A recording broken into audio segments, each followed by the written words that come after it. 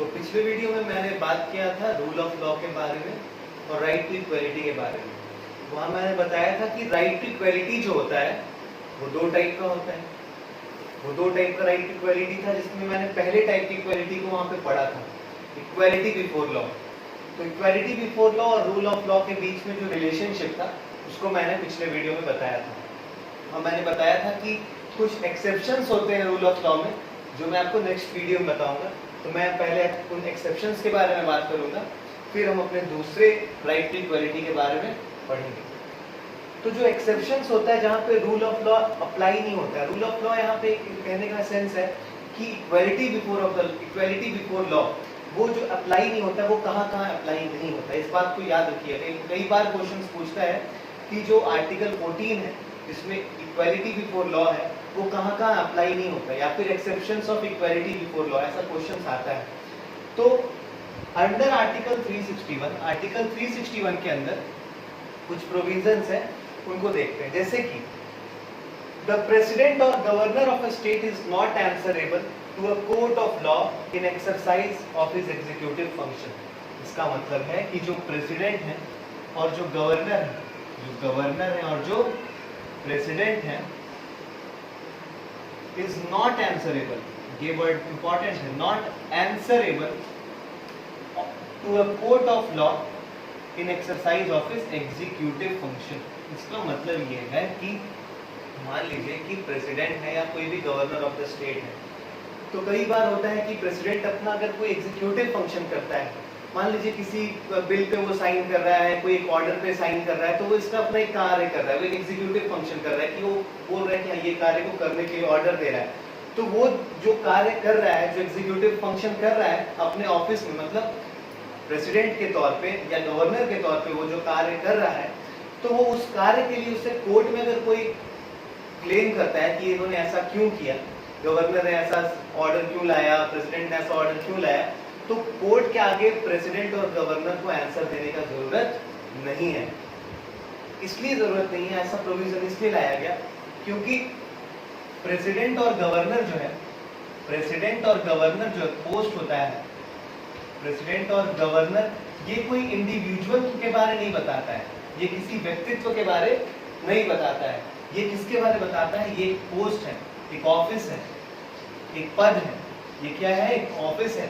इस पद का सम्मान करने के लिए हमने ये प्रोविजंस डाला है कि अगर कोई भी एग्जीक्यूटिव फंक्शन करता है तो कोर्ट में उसको आंसर देने की जरूरत नहीं है। इसका मतलब सिंपल मैं अगर समझाऊं कि अगर एक छोटा सा बच्चा है, तो अगर छोटा बच्चा कोई गलत काम करता है या कुछ भी काम करता है बिना बताए, तो वो अपने माँ बाप की नजर में उसको सब चीज बताना पड़ेगा कि वो माँ बाप अगर पूछेंगे कि तुमने ऐसा क्यों किया, तो उसको बताना पड़ेगा, वो आंसरेबल है वहां पर।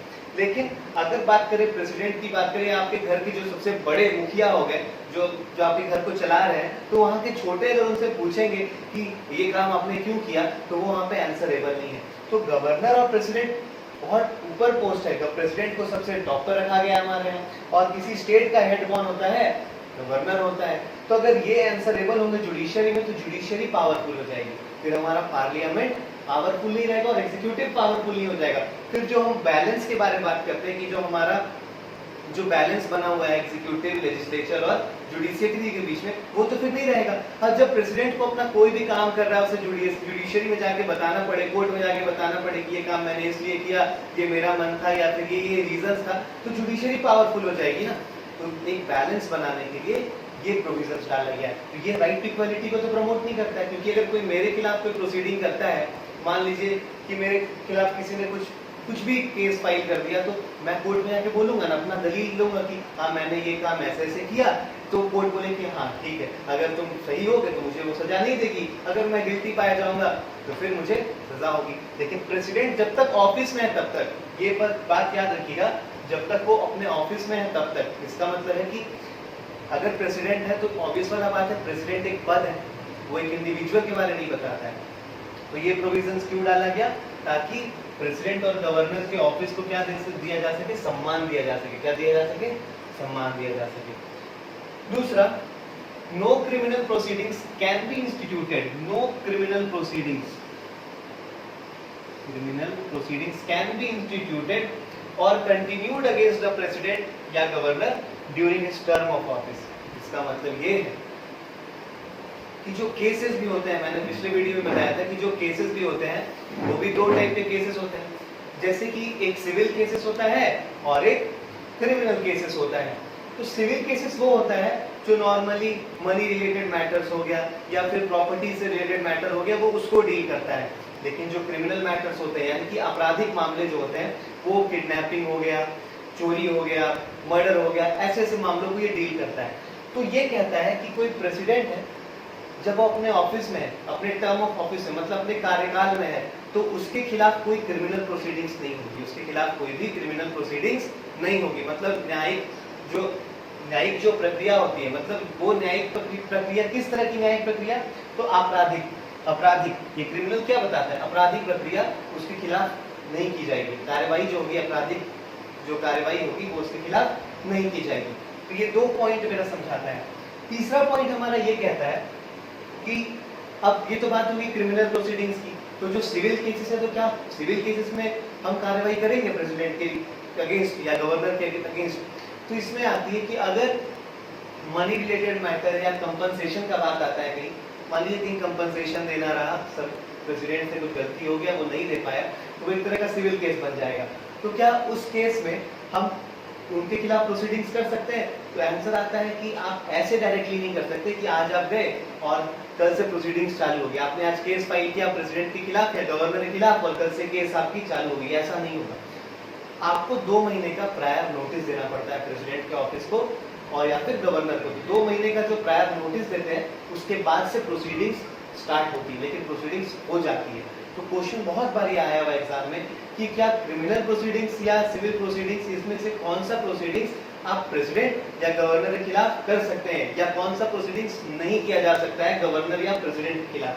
तो याद रखिएगा कि क्रिमिनल प्रोसीडिंग्स हम नहीं कर सकते। क्यों? क्योंकि अगर मान लीजिए आपका प्रेसिडेंट, सपोज एग्जांपल कि प्रेसिडेंट के ऑफिस में प्रेसिडेंट को कह दिया जाए कि हाँ इसने एक मर्डर किया है और इसको गिल्टी आ जाता है कि हाँ प्रेसिडेंट मर्डर किया, तो वो खुद में बहुत अपमानजनक बात है और आपका ये पूरे जो विश्व में आपके देश की बहुत ही मतलब बुराई होगी कि आपका देश का प्रेसिडेंट ही मर्डर कर रहा है। तो वो क्या सिंबलाइज करेगा, वो कहीं ना कहीं वो एक अच्छा सिंबल दर्शाता नहीं है, इसलिए ये एक्सेप्शन दिया गया है। तो सिविल प्रोसीडिंग्स नहीं होगी, लेकिन सिविल प्रोसीडिंग्स होंगी बट क्रिमिनल प्रोसीडिंग्स नहीं होंगी। सिविल प्रोसीडिंग्स कब होंगी? 2 महीने का पहले आप उनको नोटिस भेजना पड़ेगा, उस 2 महीने के बाद से प्रोसीडिंग्स स्टार्ट होगी। ठीक है, ये तीन हमारे एक्सेप्शंस हो गए। आप पहले से लिख लीजिए, मैं और भी पॉइंट फिर आपको बता देता हूँ। तो मैंने तीसरी जो एक्सेप्शन आती है वो आती है सिविल प्रोसीडिंग्स के केस में।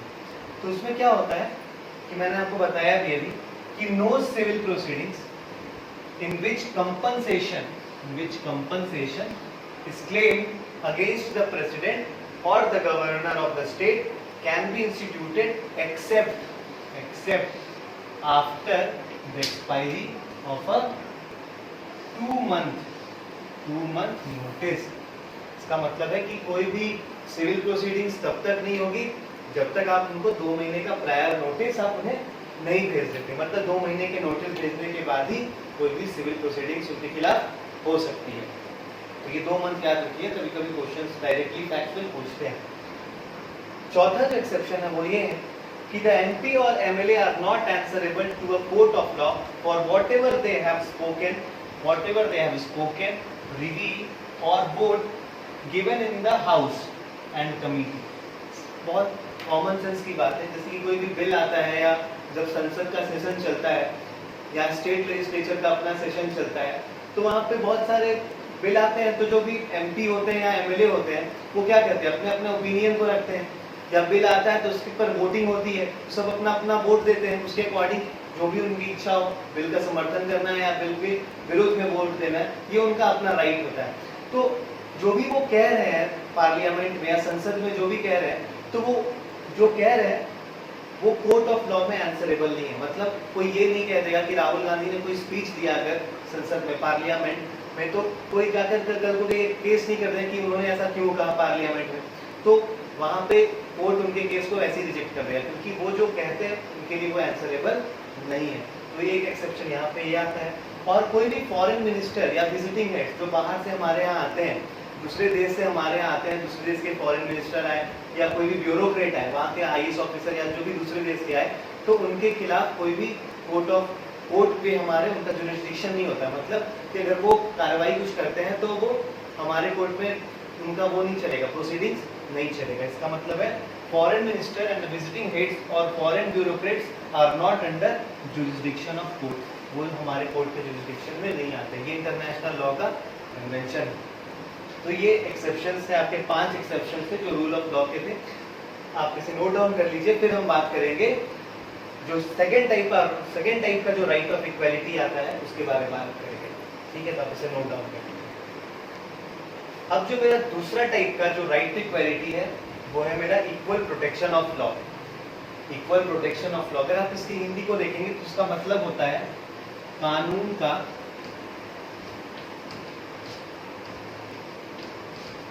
समान संरक्षण।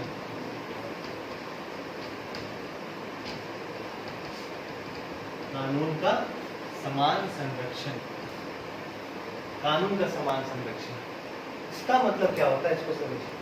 इसको समझाने से पहले मैं आपको इसको एग्जांपल के तौर पे समझाऊंगा तो वो ज्यादा क्लियर है। जैसे कि हमारे यहाँ टैक्स जो कलेक्ट करती है वो इनकम टैक्स डिपार्टमेंट करती है। तो इनकम टैक्स जो डिपार्टमेंट है हमारे यहाँ, इनकम टैक्स डिपार्टमेंट जो है, इनकम टैक्स डिपार्टमेंट कोई एक लॉ पे काम करती है। तो इनकम टैक्स एक्ट है, उसके अकॉर्डिंग वो काम करती है, एक लॉ पे वर्क करती है, work on specific law, specific law, specific law, specific law पे ये वर्क करती है। तो इसका मतलब ये है, जैसे इसको समझिए कि मान लीजिए जैसे कि सरकार ने हर साल इनकम टैक्स पे कुछ ना कुछ नियम चेंज करते रहती है, टैक्स स्लैब चेंज होता है। तो मान के चलिए कि इसने एक टैक्स स्लैब बनाया, ये इसने बोला कि जो 0 से 2.5 लाख रुपए तक कमाते होंगे इन पे 0% टैक्स रहेगा, 0% टैक्स रहेगा। और इन्होंने कहा कि अगर कोई व्यक्ति 2.5 लाख से 5 लाख तक कमाता है, 5 लाख तक कमाता है, तो इस पे 10% टैक्स लगेगा। और एक और इन्होंने बना दिया, इन्होंने कहा कि जो व्यक्ति 5 लाख से अधिक कमाता है उस पे 20% टैक्स लगेगा। मान लीजिए 20% टैक्स लगेगा। तो इन्होंने एक टैक्स स्लैब डिफाइन कर दिया अलग अलग जनता के लिए कि जो इतना कमाता होगा वो इतना टैक्स देगा, वो इतना कमाता होगा वो इतना टैक्स देगा। अब बात है कि अगर मान लीजिए इधर वाले कुछ लोग आ जाएं और कोर्ट में जाकर के केस कर रहे हैं लोग, उन्होंने कहा कि ये जो लोग हैं इससे 0% टैक्स ले रहा है, ये वाले जो लोग हैं इससे 10% टैक्स ले रहा है, और हम ही से क्यों ले रहा है? एक तो हम कमा रहे हैं, दिन रात मेहनत भी कर रहे हैं, ऊपर से हमसे 20% टैक्स ले रहा है। तो सरकार बोलेगी कि देखो बात ये नहीं है, बात ये है कि अलग अलग टैक्स लेने का कारण ये है क्योंकि सभी के सभी एक जगह पे नहीं हो, सभी के सभी एक जगह पे नहीं हो। तुम इस जगह पे हो, तुम अप पे हो, कोई तुमसे नीचे और जो एक और जो है वो तुमसे और भी नीचे है। तो हम क्या कर रहे हैं कि ऐसे डिफरेंट टैक्स ला करके सबको क्या कर रहे हैं, इक्वली ला दे रहे हैं। सबको क्या कर दे रहे हैं, इक्वली एक जगह पे लाकर खड़ा कर दे रहे हैं। तो यही है मेरा इक्वल प्रोटेक्शन ऑफ लॉ, यही है मेरा इक्वल प्रोटेक्शन ऑफ लॉ, कानून का समान संरक्षण। आप इसे देखिए, मैं उसको और समझाता हूँ, आप इसे नोट डाउन कर लीजिए एक रफ एग्जांपल के तौर पर।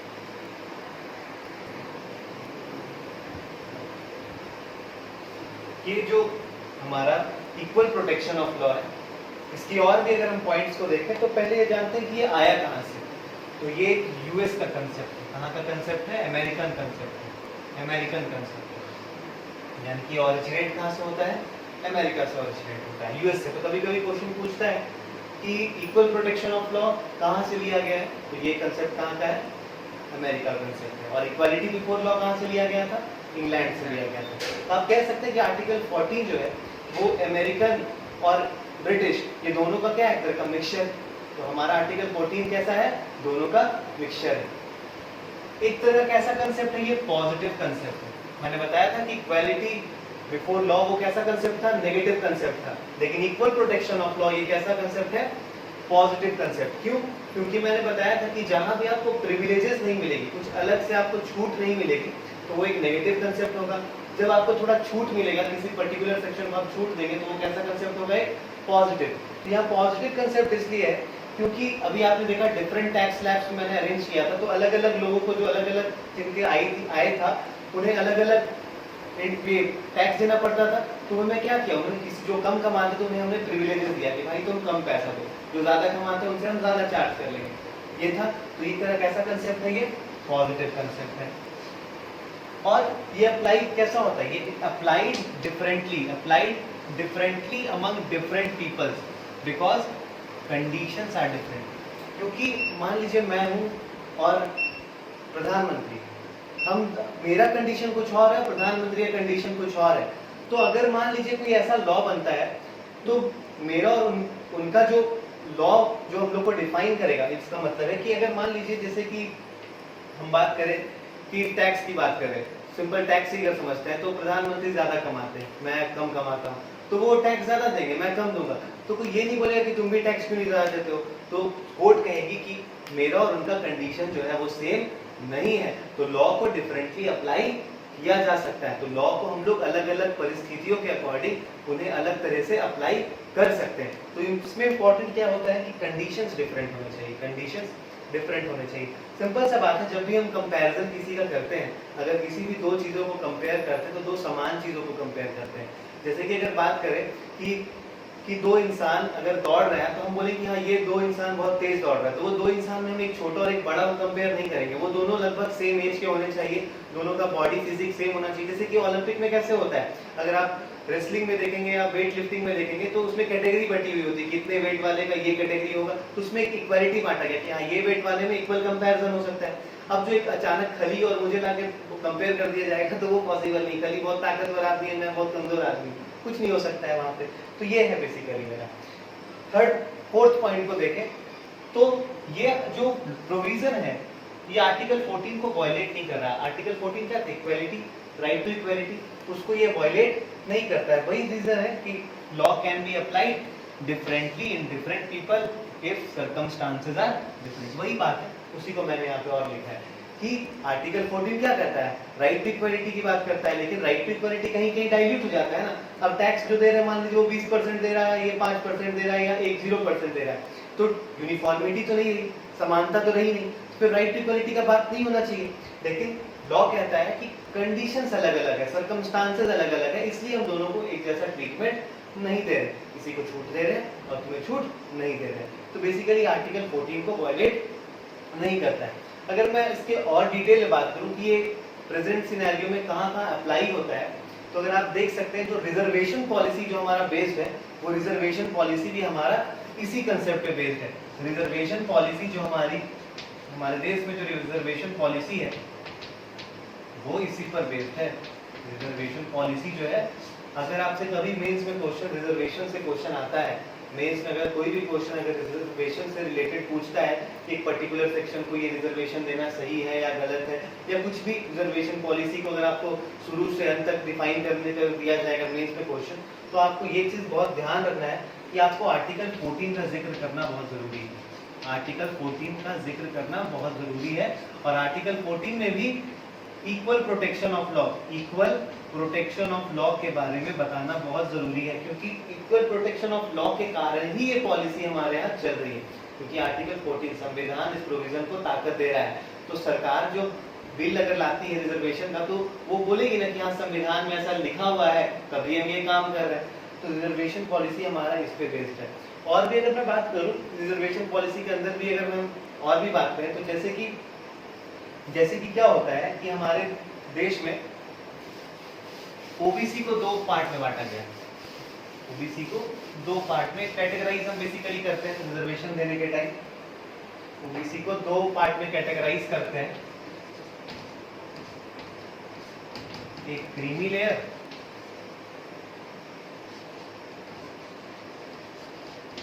और एक non creamy layer. Non creamy layer. तो ऐसा करने का कारण क्या रहा? तो सुप्रीम कोर्ट में एक बार केस फाइल हुआ, मैं बताऊंगा आपको डिटेल में, जब आर्टिकल 15 और आर्टिकल 16 को पढ़ाऊंगा तो वहाँ डिटेल में आपको समझाऊंगा कि रिजर्वेशन पॉलिसी कैसे आई, क्या उसका हिस्टोरिक बैकग्राउंड था, वो मैं आपको डिटेल में वहाँ पे रिजर्वेशन को समझाऊंगा। और प्रेजेंट सिनेरियो में जो इकोनॉमिकली वीकर सेक्शन है उसको कैसे प्रोविजंस मिलता है, और रिजर्वेशन का क्या क्या सुप्रीम कोर्ट का इंपॉर्टेंट जजमेंट्स है उसको हम देखेंगे। लेकिन यहाँ पे थोड़ा समझिए कि क्रीमी लेयर और नॉन क्रीमी लेयर में ओबीसी को ही क्यों बांटा गया, ओबीसी को ही क्यों बांटा गया, और एससी और एसटी को हम ये दो पार्ट में क्यों नहीं बांटते, एससी और एसटी को ये दो पार्ट में क्यों नहीं बांटते। तो एक प्रोविजन आई, जब बात उठी इक्वल प्रोटेक्शन ऑफ लॉ की, जब बात उठी तो सरकार ने विचार किया या कोर्ट ने विचार किया कि बहुत सारे ऐसे सेक्शंस ऑफ सोसाइटी हैं जो जिनका लेवल हमारे लेवल से सेम नहीं है, वो बहुत ही नीचे तबके में है, वो आज भी जो मेन स्ट्रीम है, जो मेन स्ट्रीम सोसाइटी का उसमें नहीं वो आ पाए, घुल मिल पाए, वो आज ही पुराने जमाने में जी रहे हैं, ट्राइब्स हैं, जंगलों में जी रहे हैं, या बहुत सारे ऐसे एससी एसटीज हैं जो आज भी खाना जिन्हें नहीं मिल पाता है सही ढंग से, ना भोजन मिल पाता है, ना ही कपड़ा मिल पाता है, ना एजुकेशन मिल पाती है। तो उन्होंने कहा कि ओबीसी का जो पॉपुलेशन है, देश में जो पॉपुलेशन है ओबीसी का, वो बहुत हद तक यूनिफॉर्म है, एक जैसा है, बहुत हद तक एक जैसा है। कुछ परसेंट ही ओबीसी जो है वो नॉन यूनिफॉर्म है, बहुत नीचे में दबे हुए हैं, लेकिन बहुत हद तक ओबीसी जो है वो यूनिफॉर्म है। तो ओबीसी को इसलिए दो पार्ट में बांटते हैं, क्रीमी लेयर और नॉन क्रीमी लेयर। इसके बारे में हम डिटेल में बात करेंगे, क्रीमी लेयर क्या होता है, नॉन क्रीमी अभी मैं यहाँ पे नहीं बताना चाह रहा हूँ, और ना फिर ये मेरा आर्टिकल 15-16 को टच करेगा तो वो मिक्सअप हो जाएगा। लेकिन एससी एसटी के केस में कोर्ट का ये कहना था कि एससी एसटी का जो पॉपुलेशन होता है, एससी एसटी का जो पॉपुलेशन होता है वो अधिकतर जो मैक्सिमम जो पॉपुलेशन है वो बैकवर्ड है। वो क्या है? बैकवर्ड है। और कैसा बैकवर्ड है? Socially and economically. ये बैकवर्डनेस कैसा है? Socially and economically.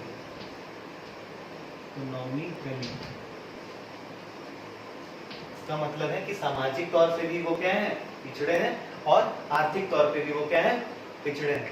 तो इसलिए उन्होंने कहा है कि मैक्सिमम जो पॉपुलेशन, अगर मान लीजिए 100% पॉपुलेशन है एससी एसटी की, तो कोर्ट ने कहा कि 90-95% लोग बैकवर्ड है सोशली और इकोनॉमिकली, तो फिर उसके लिए अलग से क्रीमी लेयर और नॉन क्रीमी लेयर बांटने की कोई जरूरत नहीं है। लेकिन फिर भी ये केस कोर्ट में चल रहा है कि बहुत लोग, सारे लोग जो पहले से रिजर्वेशन पॉलिसी को यूज कर रहे हैं, तो क्या उनके प्रोविजंस को खत्म करना चाहिए या नहीं करना चाहिए। तो अभी हाल फिलहाल में भी सुप्रीम कोर्ट ने कहा था कि पार्लियामेंट को इस पर एक्शन लेने के लिए कि इनके प्रोविजंस को फिर से रीस्टैब्लिश किया जाए। बट हमारे यहाँ पॉलिटिक्स वोट बैंक की है, तो उस पर कुछ कहा नहीं जा सकता कि आगे क्या होगा, तो ये पॉलिटिक्स का विषय होता है, तो उस पर हम ज़्यादा चर्चा नहीं करेंगे। तो बेसिकली ये सब सारी जो प्रोविजंस आ रहे हैं वो किसके कारण आ रहे हैं? इक्वल प्रोटेक्शन ऑफ लॉ के कारण आ रहे हैं। तो ये ध्यान रखिए कि कभी भी रिजर्वेशन का क्वेश्चन आता है तो आपको वहाँ पे आंसर में इक्वल प्रोटेक्शन ऑफ लॉ के बारे में लिखना पड़ेगा। तो अगर आपको उसमें कुछ नोट करना है तो आप नोट कर लीजिए, फिर हम आगे बढ़ते हैं। अब जो मेरा टॉपिक है वो है राइट टू इक्वालिटी और प्रिंसिपल ऑफ नेचुरल जस्टिस के बीच में रिलेशन। तो इस टॉपिक में हम जानेंगे कि प्रिंसिपल ऑफ नेचुरल जस्टिस क्या होता है, और राइट टू इक्वालिटी में प्रिंसिपल ऑफ नेचुरल जस्टिस का क्या इंपॉर्टेंस है, ये क्या संविधान प्रिंसिपल ऑफ नेचुरल जस्टिस हमको देता है, या फिर हम कहीं और से इसको इंटरप्रेट करते हैं, यानी कि कोर्ट से इंटरप्रेट करते हैं क्या। तो एक केस थी जहां से समझिएगा कि इस केस से ही एक तरह से प्रिंसिपल ऑफ नेचुरल जस्टिस का मतलब जन्म होता है भारत में। तो केस का Tata cellular limited versus union of India 1994। इस केस में क्या कहा सरकार ने, ये समझिए। जैसे कि इस केस में कहा था, इस केस के बारे में समझ लेते हैं। इस केस में कहा सरकार ने कि जो राइट टू इक्वालिटी है ये mandates that every action of state has to be fair, just, reasonable, transparent and non discriminatory and unbiased. इसका मतलब है कि राइट टू इक्वालिटी कौन प्रमोट करेगा? स्टेट का काम है कि राइट टू इक्वालिटी प्रमोट करना, सबको एक जैसा अधिकार देना, ये किसका काम है? स्टेट का काम है। स्टेट कौन होता है हमारा? तो आर्टिकल 12 डिफाइन करता है स्टेट के बारे में। तो स्टेट हमारी सरकार हो गई, तो सरकार का काम है सबको इक्वल अधिकार प्रोवाइड करना। तो अब सरकार जब equality, right to equality provide करेगी हर लोगों को, तो हो सकता है सरकार का जो एक्शन हो, जिस वे से वो प्रोवाइड कर रही है, वो कैसा हो, इलीगल हो, आर्बिटरी हो, जिसका कोई रीजन नहीं हो, रीजनेबल नहीं हो। जैसे कि अगर मैं आपको समझाऊं कि मान लीजिए कि कुछ गरीब लोग हैं और कुछ अमीर लोग हैं, तो जो गरीब हैं उनके पास पैसा नहीं है, तो सरकार का काम क्या होना चाहिए, उन्हें रोजगार प्रोवाइड करना, ताकि वो कमाए, अपने रोजमर्रा की जिंदगी में वो पैसा कमाए और अपने लिविंग स्टैंडर्ड को वो इम्प्रूव कर सके। लेकिन अगर मान लीजिए सरकार उन्हें रोजगार नहीं देने के बजाय उन्हें कहती है कि तुम बैठो, हम तुमको पैसा दे देंगे और तुम क्या करना, तुम जब मेरा काल खत्म हो जाएगा, मेरा जो अभी प्रेजेंट जो टेन्योर चल रहा है वो खत्म हो जाएगा, तो जब नेक्स्ट चुनाव होगा तो तुम उसमें मुझे वोट दे देना। तो ऑब्वियस वाला बात है, अगर आपको बैठे बैठाए पैसा मिलेगा तो आप वोट भी उसी पॉलिटिकल पार्टी को देंगे। तो इसमें क्या हो रहा है कि जो गरीब उन्हें पैसा तो मिल जा रहा है, रोजगार से भी पैसा ही मिलता है, और अभी क्या मिल रहा है, अभी भी पैसा ही मिल रहा है, लेकिन तरीका गलत है। रोजगार एक प्रॉपर वे है जहां से उन्हें परमानेंट उन्हें पैसा मिलेगा, जीवन भर वो नौकरी कर सकते हैं। और लेकिन आपको जो ये पैसा सरकार डायरेक्टली पैसा आपको दे देगी आपके खाते में, वो क्या है, इलीगल तरीका है। वो क्या है, इलीगल तरीका है। तो सुप्रीम कोर्ट ने इस केस में यही कहा कि स्टेट अगर कोई एक्शन करती है, कोई भी अपना एक्शन लेती है जिसमें वो राइट टू इक्वालिटी को प्रमोट करती है, तो उसमें वो कोई भी एक्शन जो वो लेती है वो कैसा होना नहीं चाहिए, वो पहली बात तो वो कैसा नहीं होना चाहिए, तो वो फेयर होना चाहिए। वो क्या होना चाहिए, फेयर होना चाहिए, मतलब अनफेयर वे से वो ऐसा काम नहीं कर सकती है।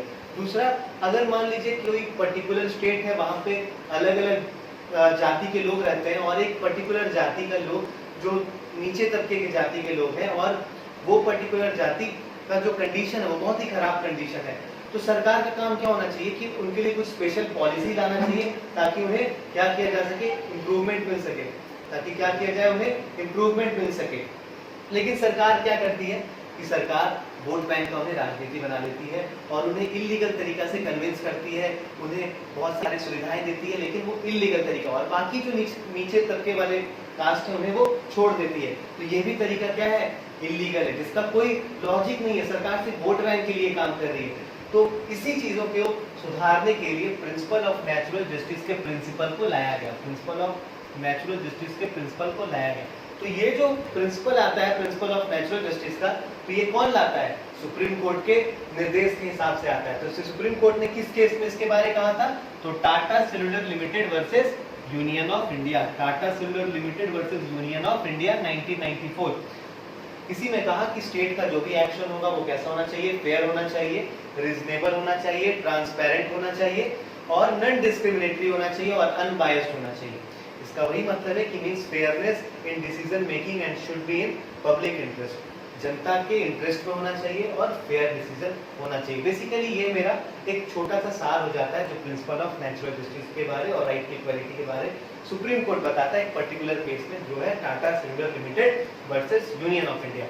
अब हम इसके बाद जानेंगे कि जो प्रिंसिपल ऑफ नेचुरल जस्टिस होता है उसके क्या 3 प्रिंसिपल्स होते हैं जिसपे वो वर्क करता है। तो basically principal of natural justice 3 principles पे वर्क करता है। उन्हीं तीन प्रिंसिपल्स पे हम नेचुरल जस्टिस को डिफाइन करते हैं। और क्या ये 3 प्रिंसिपल्स हैं प्रिंसिपल्स ऑफ नेचुरल जस्टिस के, क्या ये हमेशा फॉलो होता है? अगर नहीं होता है तो कुछ एक्सेप्शंस जो केसेस हैं उनको हम बस देखेंगे और ये मेरा टॉपिक खत्म हो जाएगा आज का। तो पहले आप इसे नोट कर लीजिए, फिर हम आगे बात करते हैं। अब हम बात करेंगे कि प्रिंसिपल ऑफ नेचुरल जस्टिस का जो हम अप्लाई करते हैं तो किन मुख्य प्रिंसिपल्स को ध्यान में रख के करते हैं। तो बेसिकली 3 प्रिंसिपल्स हैं जो कि प्रिंसिपल ऑफ नेचुरल जस्टिस को गवर्न करता है। पहला प्रिंसिपल मेरा क्या है कि no man should be punished without being heard, without being heard. मतलब इसका मतलब ये है कि अगर कानूनी प्रक्रिया मेरे पर अगर होती है तो इसका मतलब ये नहीं है कि जो कोर्ट होगा वो बिना मुझे सुने, बिना मेरी दलीलों को जाने जजमेंट सुना देगा। अगर ऐसा करता है तो वो प्रिंसिपल ऑफ नेचुरल जस्टिस के विरुद्ध। ये है मेरा पहला पॉइंट। दूसरे पॉइंट की अगर बात करें तो नो मैन शुड बी जज ऑफ हिज ओन केस। अपने केस का कोई भी व्यक्ति जज नहीं हो सकता। हालांकि इसके कुछ एक्सेप्शन हैं जो मैं आपको बताऊंगा कि कब हो जाते हैं अपने केसेस, अपने केस में जज वो कब बन अपने केस में वो जज कब बन सकते हैं, कब बन सकते हैं वो मैं बताऊंगा। इसका एक्सेप्शन क्या है वो भी बताऊंगा। लेकिन कोई भी व्यक्ति अपने केस में जज नहीं बन सकता है। अगर मान लीजिए मैंने क्राइम कर दिया और मैं ही जाके बोल रहा हूँ कि मैंने कहाँ क्राइम किया, वो जो सारी चीजें जो मैंने की है वो सब लीगली करेक्ट है, तो वो क्या है, एक तरह से वो आपको जस्टिस प्रोवाइड नहीं कर सकता है, वो चीज आपको जस्टिस कभी प्रोवाइड नहीं कर पाएगा। तीसरी अगर बात करें कि एन अथॉरिटी शैल एक्ट बोना फाइड विदाउट एनी बायस, इसका मतलब है कि जो भी अथॉरिटी, मान लीजिए कि केस, अगर कोर्ट की बात करें तो कोर्ट अगर आपके मामले को देख रहा है, कोर्ट अगर एक अथॉरिटी है, तो वो कोर्ट आपके सारे दलीलों को आपसे सिर्फ सुनेगा नहीं, उसका एक प्रामाणिकता मांगेगा कि इसका एविडेंस क्या है तुम्हारे पास। तो विदाउट एविडेंस, विदाउट प्रामाणिकता वो कोई भी डिसीजन पे नहीं जा सकता है। मतलब अगर वो अपने आप किसी डिसीजन पे जा रहा है तो उसमें बायसनेस क्रिएट हो सकता है ना, जैसे कि हर इंसान का ओपिनियन अलग अलग होता है सोचने का, तो अगर अपने ओपिनियन के हिसाब से सिर्फ चला जाए तो बायसनेस क्रिएट हो सकता है। देखिए उसी को दूर करने के लिए क्या कहा गया कि उसको प्रामाणिकता पे बिलीव करना पड़ेगा। ये बेसिकली 3 प्रिंसिपल हैं आपके प्रिंसिपल ऑफ नेचुरल जस्टिस के। तो सुप्रीम कोर्ट ने एक बहुत इंपॉर्टेंट बात कही कि जो प्रिंसिपल ऑफ नेचुरल जस्टिस है, जो प्रिंसिपल ऑफ नेचुरल जस्टिस है, ये हमारा इंडियन कॉन्स्टिट्यूशन में डायरेक्टली इसे डाला नहीं गया है, इसे डायरेक्टली डाला नहीं गया है, लेकिन are not incorporated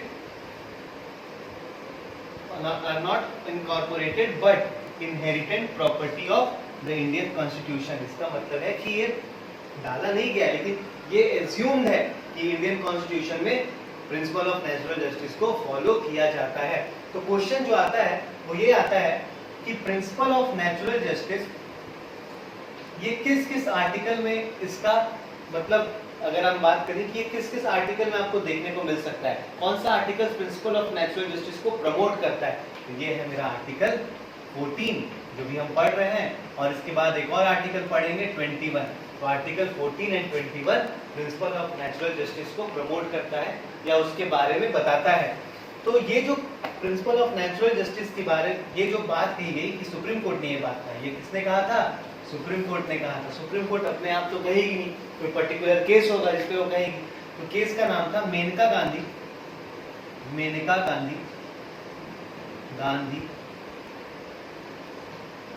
versus union of India 1978। इस केस में बेसिकली ये आर्टिकल 21 को फोकस किया था और बताया था कि आर्टिकल 21 भी प्रिंसिपल ऑफ नेचुरल जस्टिस के एम्बिट में आता है, उसके अंतर्गत आता है। तो ये बेसिकली मेरा प्रिंसिपल ऑफ नेचुरल जस्टिस था। लेकिन कुछ जगह ऐसे होते हैं, कुछ एरियाज हमारा ऐसा है जहाँ पे principal of natural justice follow नहीं किया जाता है, जहाँ पे प्रिंसिपल ऑफ नेचुरल जस्टिस को फॉलो हम नहीं करते हैं। तो वो क्या क्या एरिया है वो हम देखते हैं, पहले आप इसे नोट डाउन कर लीजिए। मैंने आपको बताया कि आर्टिकल 14 और आर्टिकल 21 जो प्रिंसिपल ऑफ नेचुरल जस्टिस के बारे में बताता है, वो कौन से इंपॉर्टेंट केसेस, सुप्रीम कोर्ट के केसेस से आता है, तो कभी कभी एग्जाम में पूछता है। तो वो है Maneka Gandhi versus union of India, और दूसरा केस कौन सा है मेरा, दूसरा केस है transport corporation limited versus central inland water transport corporation limited versus Brajnath Ganguly 1986। तो ये दो केस में सुप्रीम कोर्ट ने कहा है कि आर्टिकल 14 और article 21 principal of natural justice के बारे में बताता है इनडायरेक्टली। और दूसरा मेरा पॉइंट यहाँ से एक और निकलता है कि प्रिंसिपल ऑफ नेचुरल जस्टिस है वो बेसिक स्ट्रक्चर ऑफ कॉन्स्टिट्यूशन का पार्ट है। इसका मतलब है कि अगर कोई लॉ बनता है तो प्रिंसिपल ऑफ नेचुरल जस्टिस को हमेशा ध्यान में रखकर बनाना है। अगर आप प्रिंसिपल ऑफ नेचुरल जस्टिस का वायलेशन करते हैं तो कोर्ट क्या कर सकती है, उसे अनकॉन्स्टिट्यूशनल और वॉइड डिक्लेयर कर सकती है। ये मैं आपको बताया था। एक्सेप्शन क्या है कि जहाँ principal of natural justice apply नहीं होता है, तो कुछ एक्सेप्शंस हैं जहाँ पे प्रिंसिपल ऑफ नेचुरल जस्टिस के जो प्रिंसिपल्स हैं वो अप्लाई नहीं होते हैं। जैसे कि कुछ पोस्ट ऐसे होते हैं, इन केस ऑफ कुछ ऑफिस ऐसे होते हैं जो प्लेजर टेन्योर पे काम करते हैं, जैसे कि प्रेसिडेंट हो गया, अटॉर्नी जनरल हो गया, गवर्नर हो गया, ये किसी के प्लेजर पे काम करते हैं। गवर्नर जैसे कि हो गया, वो किसी के प्लेजर पे काम करते हैं। मैं बताऊंगा आगे, इसलिए मैं डीप में नहीं जा रहा हूँ। तो वो अपने कभी भी उनके पद का, उनका जो बेसिकली जो पद होता है वो सिक्योर नहीं होता है, वो अपने पद से कभी भी हटाए जा सकते हैं। तो इसलिए वो प्लेजर टेन्योर, किसी के प्लेजर पे वो काम करते हैं। तो जब उन्हें हटाया जाता है, जैसे कि प्रेसिडेंट को हटाया जाए, चाहे गवर्नर को हटाया जाए, चाहे अटॉर्नी जनरल को हटाया जाए, तो जब उनके पद से, उनके ऑफिस से उन्हें हटाया जाता है तो जनरली अभी मैंने क्या कहा कि अगर आप पे कोई भी प्रोसीडिंग्स होती है या कोर्ट में कोई भी केस जाता है, कहीं भी कोई प्रोसीडिंग होती है, कोई अथॉरिटी आपके खिलाफ प्रोसीडिंग करती है, तो आपके बारे क्या करें, आपका अधिकार है कि वो आपको सुने, आपके जो भी दलील है उनको वो सुने, लेकिन इन्हें अधिकार नहीं दिया जाता है। तो कहीं ना कहीं ये प्रिंसिपल ऑफ नेचुरल जस्टिस का एक एक्सेप्शन है। उन्हें right not to be heard, उन्हें नहीं बोला जाता है कि उनकी दलीलों को नहीं सुना जाता है। ठीक है, ये इसके बारे में डिटेल में चर्चा करूंगा जब मैं आपको एग्जीक्यूटिव पार्ट पढ़ाऊंगा, जब प्रेसिडेंट के बारे में पढ़ाऊंगा तो वहाँ पे डिटेल में चर्चा होगी। दूसरा केस होता है कंटेम्प्ट ऑफ कोर्ट के केस में, कि अगर मान लीजिए कि किसी जज के खिलाफ कंटेम्प्ट ऑफ कोर्ट का केस आ जाता है, कि किसी जज या किसी वकील के खिलाफ कंटेम्प्ट ऑफ कोर्ट का केस आ जाता है, तो वो जज या जो वकील है वो खुद अपने केसेस को देख सकता है, वो खुद अपने केसेस को देख सकता है, खुद जज की तरफ एक्ट भी सकता है। तो वो मेरा सेकंड प्रिंसिपल को वायलेट करता है कि कोई भी पर्सन अपने केस का जज नहीं हो सकता है। हालांकि इस पर पार्लियामेंट्री कमेटी ने बहुत सारे रिकमेंडेशंस दिए थे कि क्या नहीं होना चाहिए, क्या नहीं होना चाहिए, बट वो सिर्फ रिकमेंडेशन ही, उसको अभी तक कोई रूल बना नहीं है। तीसरा है कि सुप्रीम कोर्ट कभी कभी क्या करती है कि केसेस को डिसाइड करती है कि कौन से केस को उसको लेना है और कौन से केस को वो नहीं लेना है। तो वो जो किसी केस को अपने हिसाब से लेना और किसी केस को नहीं लेना, वो अपने कोई उसके पीछे कोई लॉजिक नहीं होता। उसका मन करता है कि हमको इस केस को डील करना है, इस केस को पहले प्रायोरिटी देना है, वो सिर्फ अपने मन से करती है, कोई उसके पीछे लॉजिक नहीं होता। तो वहाँ पे क्या आ जाता है, बायसनेस आ जाता है। तो ये भी प्रिंसिपल ऑफ नेचुरल जस्टिस को क्या करता है, वायलेट करता है। तो ये बेसिकली कुछ एक्सेप्शन है जहाँ पे प्रिंसिपल ऑफ नेचुरल जस्टिस हमारा क्या होता है, प्रमोट नहीं किया जाता है। और भी अगर हम आपको एग्जांपल दें जहाँ principal of natural justice promote नहीं होता है, तो वो ये है कि पार्लियामेंट जब संसद में काम करती है तो कभी कभी क्या करते हैं कि पार्लियामेंट ये जो एमपी होते हैं या एमएलए होते हैं, ये अपने पेमेंट्स को, अपने अलाउंस को, अपने सैलरी को बढ़ा लेते हैं अपने हिसाब से। कोई उसमें वो नहीं होता है कि कितने परसेंट अगर बढ़ा रहे हैं तो किस बेसिस पे बढ़ा रहे हैं, वो अपने मन से मन किया तो बढ़ा दिए, जितना मन करेगा उतना बढ़ा देंगे। तो यहाँ पे भी क्या है, प्रिंसिपल ऑफ नेचुरल जस्टिस को ये वायलेट कर रहा है। क्यों? क्योंकि बायसनेस हो सकता है ना। कोई जैसे कि यूएस में क्या होता है, जर्मनी में क्या होता है, ऑस्ट्रेलिया और न्यूजीलैंड वगैरह में क्या होता है कि एक अलग से एक बॉडी बनाई जाती है, एक अलग से एक बॉडी है, एक ऑर्गेनाइजेशन, एक बॉडी है, वो क्या करती है कि वो लेजिस्लेटिव और एग्जीक्यूटिव ये दोनों से अलग है, मतलब कार्यपालिका और विधेयक ये दोनों के कांटेक्ट में नहीं रहती, ये बिल्कुल इंडिपेंडेंट है, दोनों का हस्तक्षेप इसमें नहीं होता है। वो डिसाइड करती है कि इनके सैलरी को या इनके अलाउंस को बढ़ाना चाहिए या नहीं बढ़ाना चाहिए, और बढ़ाना चाहिए तो क्यों बढ़ाना चाहिए, कितने परसेंट बढ़ाना चाहिए, वो डिसाइड करती है। लेकिन हमारे यहाँ जो पार्लियामेंट में ऐसी कोई इंडिपेंडेंट बॉडी नहीं है जो इस चीज़ों को डिसाइड करे। यहाँ खुद लेजिस्लेचर ही बैठती है जो अपने अलाउंस को क्या करती है, अपने हिसाब से बढ़ाती है या घटाती तो कभी है नहीं, लेकिन सिर्फ बढ़ाती है। तो आखिरकार ये क्या है, बायसनेस का पॉइंट है, जो कि हमारे third point of principal of natural justice को क्या करता है, प्रमोट नहीं करता है। एक इंपॉर्टेंट क्वेश्चन जो मेंस में आता है, मैं आपको बताता हूँ उसके बारे में। एक इंपॉर्टेंट जो क्वेश्चन आता है मेंस में आता है, वो प्रिंसिपल ऑफ नेचुरल जस्टिस से रिलेटेड आता है। वो क्या आता है वो बताता हूँ मैं, कि जो chief justice of supreme court होता है, जो chief justice of supreme court होता है, chief justice of supreme court जो होता है, इसे एक टर्म दिया गया है, अधिकतर अखबारों में यूज होता है, master of roster, master of roster. Master of roster कहा जाता है। तो कभी कभी क्वेश्चन आ जाता है कि oftenly chief justice of supreme court is called as master of roster, please elaborate. यानी कि जो चीफ जस्टिस होता है सुप्रीम कोर्ट को, उसे मास्टर ऑफ रोस्टर क्यों मास्टर ऑफ रोस्टर कहा जाता है? तो इस कथन पे आप अपने टिप्पणी दीजिए, ऐसा सवाल आता है। तो बेसिकली रोस्टर का बेसिकली क्या मतलब होता है? अगर रोस्टर का आप मतलब देखिएगा, तो रोस्टर का मतलब होता है कार्यसूची में नाम डालना, कार्यसूची में नाम डालना। जैसे कि होता है हमारे यहाँ गवर्नमेंट स्कूल्स में भी, अभी हाल फिलहाल में भी जो कोविड के टाइम्स में कि 50% लोग आएंगे स्कूल में, तो वहाँ पे एक रोस्टर ड्यूटी उन्हें अप्लाई किया कि इस पर्टिकुलर डे तुम आओगे, इस पर्टिकुलर डे तुम आओगे। तो वो एक रोस्टर ड्यूटी है, कार्यसूची में एक पर्टिकुलर नाम है, इस पर्टिकुलर डे में इन पर्टिकुलर इंसान का, तो वो रोस्टर हो गया। अब मास्टर कौन होता है? जो खिलाड़ी होता है। जो क्या होता है? खिलाड़ी होता है। तो क्या होता है सुप्रीम कोर्ट में, क्या होता है कि जब सुप्रीम कोर्ट में कोई केस आता है, तो केस किस बेंच में जाएगा, किसके कौन से, जैसे कि चीफ जस्टिस हमारे यहाँ, चीफ जस्टिस तो हमारा सुप्रीम कोर्ट में एक होता है, और जो जजेस ऑफ सुप्रीम कोर्ट होते हैं वो तो 33 होते हैं। अभी प्रेजेंट सिनेरियो में 33 चीफ 33 जजेस ऑफ सुप्रीम कोर्ट है और एक चीफ जस्टिस। तो चीफ जस्टिस जो सुप्रीम कोर्ट का होता है वो डिसाइड करता है कि जो केस सुप्रीम कोर्ट में आया है वो किस बेंच में जाएगा, मतलब किस जज के पास वो केस जाएगा।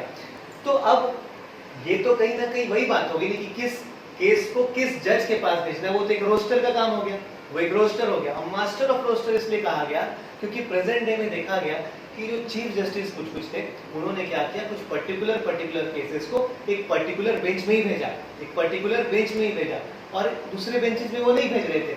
तो उससे क्या हो रहा था, बायसनेस क्रिएट हो रहा था, उससे क्या हो रहा था, बायसनेस क्रिएट हो रहा था और सुप्रीम कोर्ट जिस हिसाब से फंक्शन करती है उस हिसाब से फंक्शन नहीं कर पा रही थी, इंडिपेंडेंटली फंक्शन नहीं कर पा रही थी। तो कहीं कहीं जो जजमेंट्स आ रहे थे, बहुत सारे केसेस में जजमेंट आ रहे थे, उसमें बहुत लोगों ने मतलब ये कहा कि ये जजमेंट सही नहीं है, इसमें बायस है, इसमें जान की उसी बेंच में ये केस दिया गया जहां पता था कि ये जज की बेंच इस पर्टिकुलर जजमेंट को ऐसे ऐसे सुनाएगी। जैसे कि बहुत कंट्रोवर्सी भी हुआ था बहुत सारे केसेस में, मैं बताऊंगा बाद में। तो ये मास्टर ऑफ रोस्टर क्यों कहा जाता है, इसीलिए कहा जाता है क्योंकि मास्टर ऑफ रोस्टर में क्या होता है कि जो chief justice of supreme court होता है जब वो केस डिसाइड करता है कि किस बेंच में उस केस को जाना है तो उसमें वो क्या करता है कि अपने हिसाब से भेज देता है, कोई लॉजिक नहीं होता है उसके पीछे। तो यहाँ पे क्या क्रिएट कर रहा है, बायसनेस को क्रिएट करता है। ये क्या क्रिएट करता है, बायसनेस को क्रिएट करता है, बायसनेस को क्रिएट कर रहा है जो कि किसको वायलेट कर रहा है, ये वायलेट किसको करता है, प्रिंसिपल ऑफ नेचुरल जस्टिस को वायलेट करता है। तो प्रिंसिपल ऑफ नेचुरल जस्टिस को वायलेट करता है तो प्रिंसिपल ऑफ नेचुरल जस्टिस मेरा क्या है, बेसिक स्ट्रक्चर ऑफ कॉन्स्टिट्यूशन है। इसका मतलब संविधान के बेसिक स्ट्रक्चर को इनडायरेक्टली वायलेट कर रहा है। तो इस पे बहुत सारे आर्टिकल्स न्यूज़पेपर छपे थे, तो ये इंपॉर्टेंट हो जाता है कभी कभी मेंस प्रोस्पेक्टिव के लिए इंपॉर्टेंट है। ये प्रीलिम्स में यहाँ से मुझे नहीं लगता है कोई सवाल यहाँ से बनेंगे, लेकिन मेंस में यहाँ से सवाल बनने के चांसेस काफी ज्यादा है। तो अगर ये स्टेटमेंट आता है मास्टर ऑफ रोस्टर क्यों कहते हैं या इस पे अपनी टिप्पणी देने को कहता है तो आपको ये बताना जरूरी है कि यहाँ पे ये किसको वायलेट कर रहा है, प्रिंसिपल ऑफ नेचुरल जस्टिस। और प्रिंसिपल ऑफ नेचुरल जस्टिस जब आएगा तो आर्टिकल 14 और आर्टिकल 21 का जिक्र आपको कॉपी में होना चाहिए। अगर ये दो आर्टिकल आपकी कॉपी में मेंशन नहीं है और principal of natural justice mention नहीं है तो आप 5 पेज भी लिखिएगा मास्टर ऑफ रोस्टर के बारे, आपको नंबर 0 मिलने वाला है। तो ये आपको ये पता होना चाहिए कि पॉलिटी में जब आप किसी आंसर को लिखते हैं तो उसके पीछे अप्रोच क्या होना चाहिए मेरा। पॉलिटी में कभी भी आपसे कोई फैक्चुअल या आपके मन गढ़ंत बातों को वो एक्सेप्ट नहीं करेगा जो चेक करने वाला होता है। चेक करने वाला को आपके 4-5 पेज में वो 10 पॉइंट ही चाहिए होता है जो उस क्वेश्चन को डिफाइन करे। अगर आपके केस है मास्टर ऑफ रोस्टर में आर्टिकल 14 का जिक्र है, आर्टिकल 21 का जिक्र है और ये प्रिंसिपल ऑफ नेचुरल जस्टिस का जिक्र है तो वो आप कुछ भी लिखिए उसके आंसर में। अगर ये वर्ड्स आपका अंडरलाइन किया हुआ है, उसको बॉक्स में मेंशन्ड है तो वो आपको अच्छा मार्क्स दे देगा। वो समझ जाए कि इस बंदे को पूरा आइडिया है मास्टर ऑफ रोस्टर के बारे में, ये न्यूज़ पढ़ता है। अगर आप ये नहीं लिखेगा, 5 पेज कितना भी सुंदर राइटिंग में लिख दीजिए, वो 0 नंबर बैठाएगा। तो ये चीज इंपॉर्टेंट है कि आपको एग्जाम में पॉलिटी में आपको किस तरह से आंसर्स को अप्रोच करना है। तो ये था मेरा आज का आर्टिकल 14 यहाँ पे कंप्लीट हो जाता है। अब नेक्स्ट वीडियो में मैं आपको आर्टिकल 15 के बारे में बताऊंगा, आर्टिकल 16 के बारे में बताऊंगा और साथ साथ आर्टिकल 15, 16 और 17 भी हो सकता है मैं टच कर जाऊं नेक्स्ट वीडियो में। तो अगर ये तीनों मैं पढ़ाऊंगा तो साथ साथ मैं सिर्फ आर्टिकल्स नहीं पढ़ाऊंगा, इसके साथ रिजर्वेशन पॉलिसी भी पढ़ा दूंगा आपको, जिसमें आपका सोशल इश्यू का जो टॉपिक है वो भी कवर हो जाएगा और इसमें क्या कवर हो जाएगा आपका अनटचेबिलिटी। आर्टिकल 17 में आपका ट्राइब्स के बारे में कवर अप हम कर देंगे बहुत सारा पोर्शन। तो आज के लिए धन्यवाद, थैंक यू वेरी मच।